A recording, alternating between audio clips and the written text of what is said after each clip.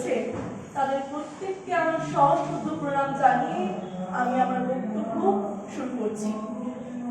1896 খ্রিস্টাব্দে 29 জানুয়ারি মাঘী পূর্ণিমার গভীর লগ্নে ফরিদপুর জেলার বাজিতপুর পল্লীতে এক যুব পুরুষ মাতৃজঠর থেকে পৃথিবীর মাটিতে ভূমিষ্ঠ হলেন।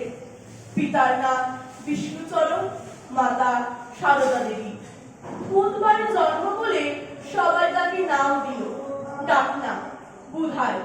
শিশুর জন্মলগ্ন থেকে পারিবারিক শান্তি ও সর্বত্র জয়ের লক্ষণ দেখা যায়, তাই তার আরেকটা নাম জয়নাথ।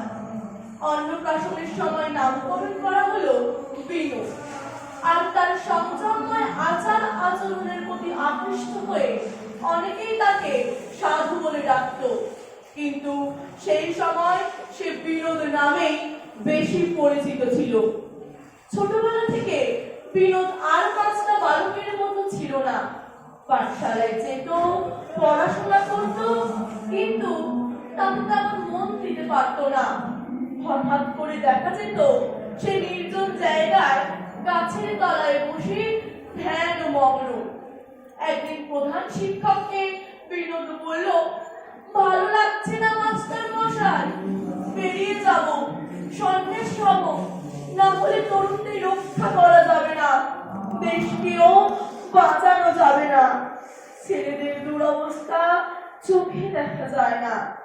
তখনও তার ছাত্র জীবন চলছে, কিন্তু ইতিমধ্যে বিদ্যার্থী বিনোদ ব্রহ্মচারী বিনোদ নামেই বেশি পরিচিত হলো এলাকায়। 1916 খ্রিস্টাব্দের পূর্ণ মাঘী পূর্ণিমা তিথিতে ব্রহ্মচারী বিনোদের মধ্যে বিশ্বনাথের পরিপূর্ণ বিকাশ ও প্রকাশ ঘটে।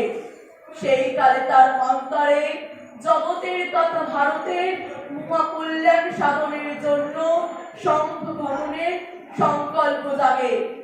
সিদ্ধপীঠে মহাভাবমগ্ন অবস্থায় তার মুখে 4টি বাক্য উচ্চারিত হয়, এ যুগ মহাজাগরণের যুগ, এ যুগ মহামিলনের যুগ, এ যুগ মহাসমন্বয়ের যুগ, এ যুগ মহামুক্তির যুগ। 1917 খ্রিস্টাব্দ এক ধ্যান ও সমাধিতে অন্তরে ফুটে উঠল তার ভবিষ্যৎ সঙ্গে রূপরেখা। ব্রহ্মচারী বিনোদের পাশে তার ত্যাগী সন্তান দল এসে জুটল, আর সবাই সম্মিলিত প্রতিষ্ঠায় গড়ে উঠল ভারত সেবাশ্রম সংঘ। ইংরেজি 1913 সাল। কঠোর সংযমী ব্রহ্মচারী বিনোদ দীক্ষা নিলেন যোগীরাজ বাবা গম্ভীরনাথজির কাছে। 1924 সালে প্রয়াগে অর্ধকুম্ভ মেলায় স্বামী গোবিন্দানন্দ গিরিজির কাছে তিনি সন্ন্যাস গ্রহণ করলেন। আর তখনই ব্রহ্মচারী বিনোদ হলেন স্বামী প্রণবানন্দ।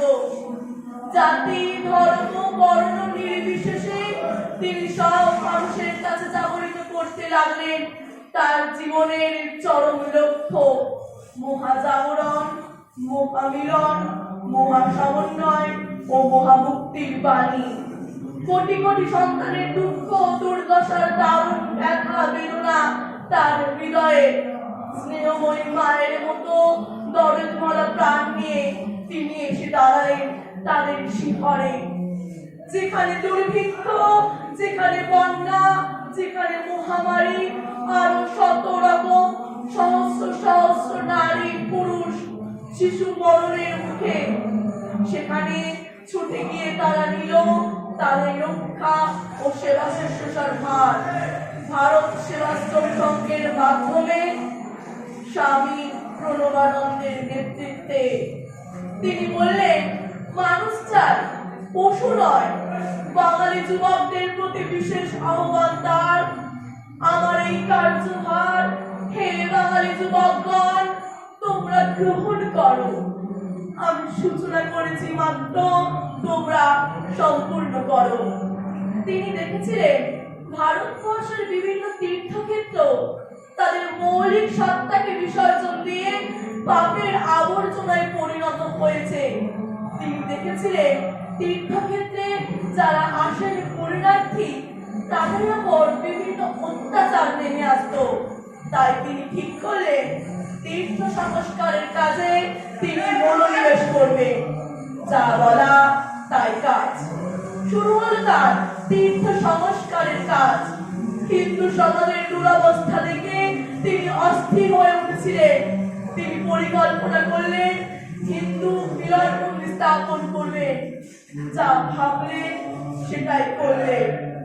হিন্দু মিলন মন্দিরে সমস্ত হিন্দু সমান অধিকার পাবে, যেখানে জাত নেই, উচ্চ নিচ নেই, ধনী দরিদ্র নেই, একই জায়গায় তারা মিলতে পারবে। এই উন্নত চিন্তকে বাস্তবে রূপ দিতে তিনি ভারতবর্ষের বিভিন্ন প্রান্তে হিন্দু মিলন মন্দির স্থাপন করলেন।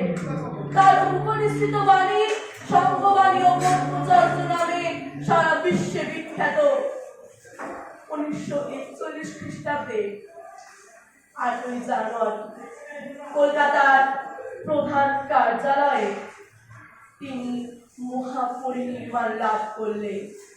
যোগাচার্য শ্রীমৎ স্বামী প্রণবানন্দজি আজও আমাদের হৃদয়ে বিরাজমান। নমস্কার।